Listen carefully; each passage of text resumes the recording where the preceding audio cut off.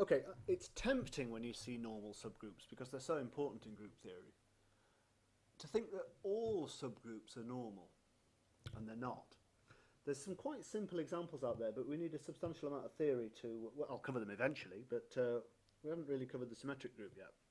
So what I'm going to do is I'm going to consider the group G comma dot, where this is the set of 2 by 2 matrices with non-zero determinant. Okay, so they're going to be of the form A, B, C, D, like that. And the determinant, of course, is A, D minus B, C, and this is not going to be equal to 0. Just to have a little bit of a refresher of our group theory, of our matrix theory at least, A, B, C, D to the power minus 1 equals 1 over A, D minus B, C, which is why you need this condition here, times the following matrix. See if I can get it the right way around this time. It's got to be D, A, you swap the major diagonal and you change the sign of the other diagonal there. That's right. So, yes, if you multiply this matrix, if you multiply A, B, C, D times D minus B minus C, A, and then times the scalar A, D minus B, C, you get the identity matrix. So that shows this. So that's a group. I'm going to consider, so that's group G. I'm going to consider the following subset of H, which is matrices of the form 1x, 0, 1. This is not normal. And I'm going to spend a little bit of time developing this.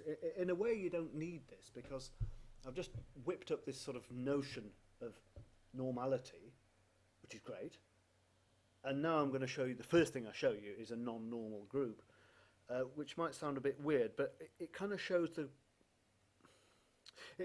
being normal is quite a powerful restriction on a group, on a subset of a group. Okay, so I'm just going to verify that H is in fact H is in fact a subgroup of G.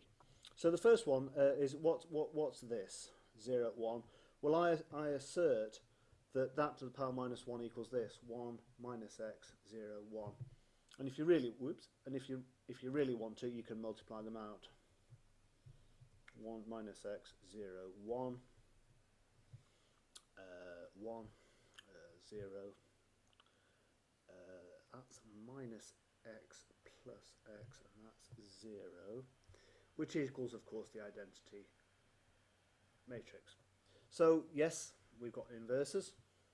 You'll notice that the H is matrices of the form 1, 0, 1, and then something. I've just called it x, but it's kind of a question mark. It's free. You can move that about as you like. So long as this one, and this entry here are 1 and 0 and 1, we're in H. Okay, what about, is it closed? 1x, 0, 1, there's a typical element of x. 1y, 0, 1 is equal to 1, that times 0, 1.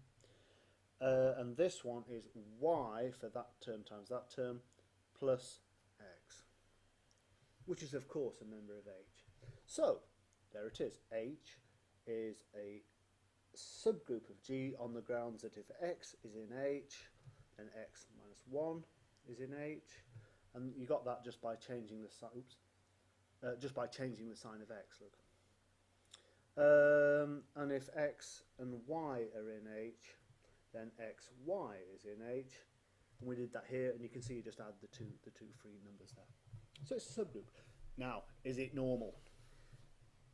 Well, I'm going to give two separate two separate answers to that. The first thing is I'm going to consider the left cosets and the right cosets. So you'll remember that the cosets are that set there. So it's 1. These are the right cosets. Right cosets. Because you write your group element on your right there.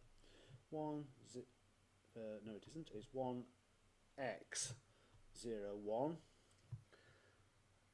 And x is free because the subgroup X has got any member of X. You can put anything you like in there. Okay? And so what I'm going to do is multiply it by X, which is any member of my group G, which is A, B, C, D. And these are fixed. Those are fixed because what I'm doing is I'm looking at a coset, so I'm fixing X, and then I'm multiplying it on the left by every element of H. So there it is, and I'm just going to plug X in and see what I get. Equals this. Ooh, that's A plus CX for the top left. Let's do the top right. That's going to be B plus XD, B at least, plus DX. Pen's getting a bit berserk there. That's C because it's 0 times A plus 1 times C. And the lower right is 0 times B, which is 0 plus D. Well, those are my cosets. I'm just going to spend a little bit more time talking about this because it's quite tricky. A plus CX, B plus DX, C and D. I'm just going to rewrite that. A, B, C, D, plus X times this matrix here, C, D, 0, 0.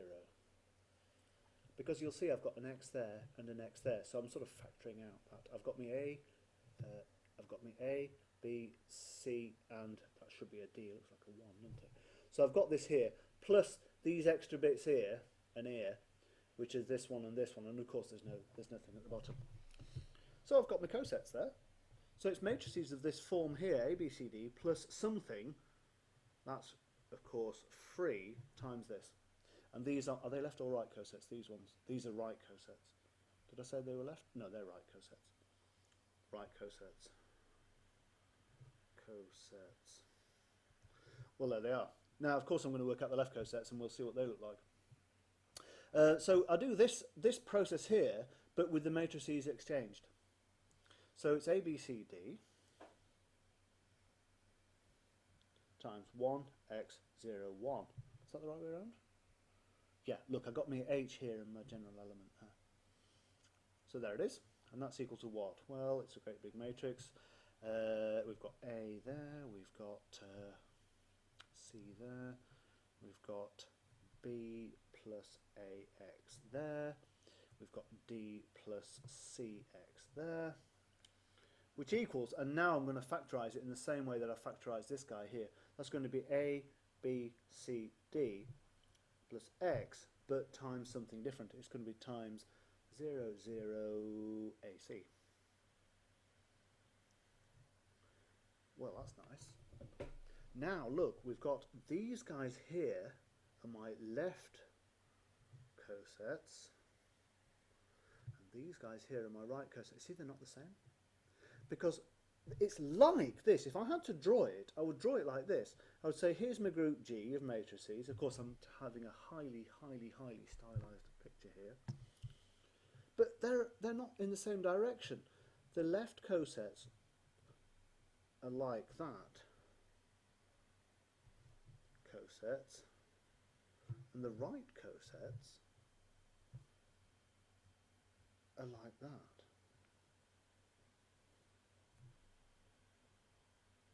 Because the free component here is proportional to this term here, with two numbers on the top, and here there are 2 numbers on the right.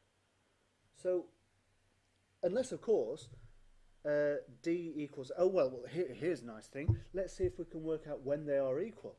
So C must be equal to 0 because look, it's C and 0 and 0 and C, so C is equal to 0 from this component here, and A equals D.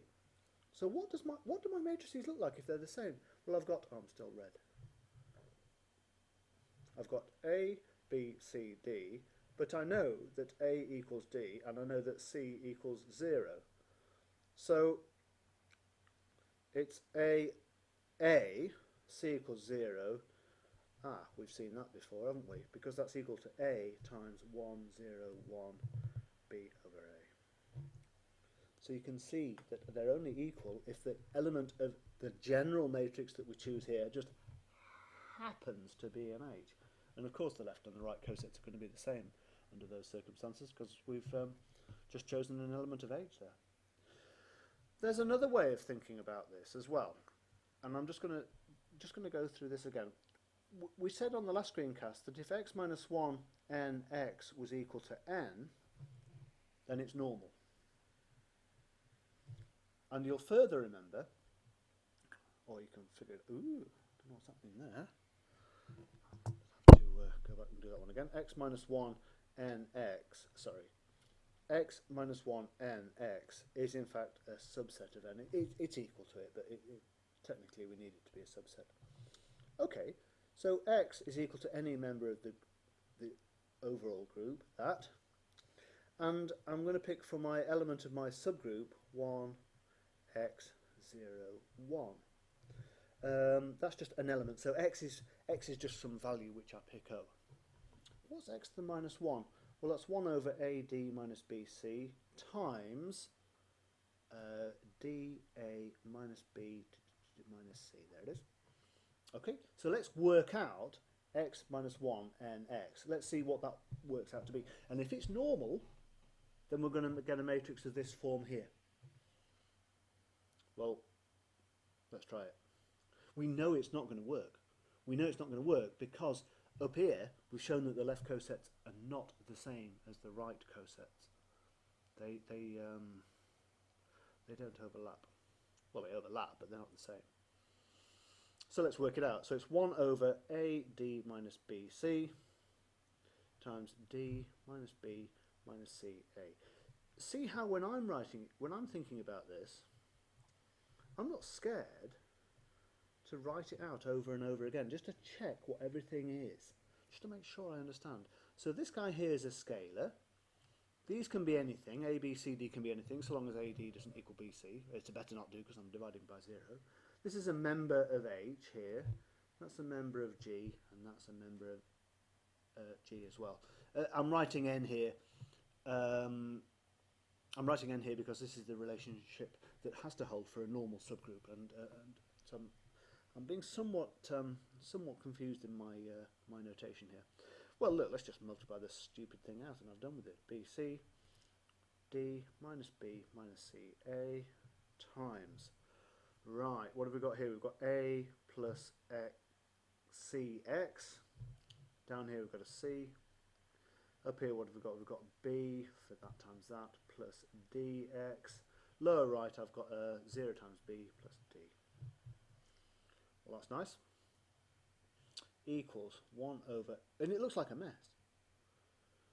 But what I'm going to do is cheat. I'm just going to say the top left is just something which I could work it out if I wanted to. The top right is something which I can't be bothered to work out. The top left is something, again, which I can't be bothered to work out. But I'm just going to work on this one here. So what have we got? We've got minus CA minus C squared X plus AC. Just put some dotted lines in there just to make it clear which bit's which. That's nice. Equals AB, it's AD minus BC.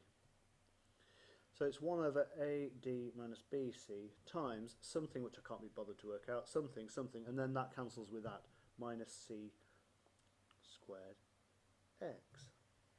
And you'll notice the general, you'll remember that the general form for X, for the subset H, is this, with a 0 down here. If it ain't got a 0 down there, it's not in H. And look, ha. Unless, of course, and you see this isn't 0. That is not equal to 0 unless C squared is equal to 0, which means that C is equal to 0, which means that my matrix is A, B, C, D, but with C equals 0. So that's A, B, 0, D, which is kind of familiar, I guess. So what we're doing here is showing that this pleasing subgroup, this rather nice little subgroup of the form 1x0, 1, that's H is matrices of this form here. H is a subgroup of G, yep, but H is normal in G, no.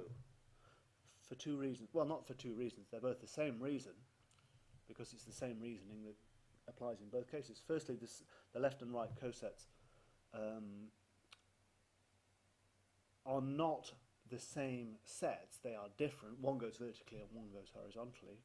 And secondly, when we do this conjugation operation here, we get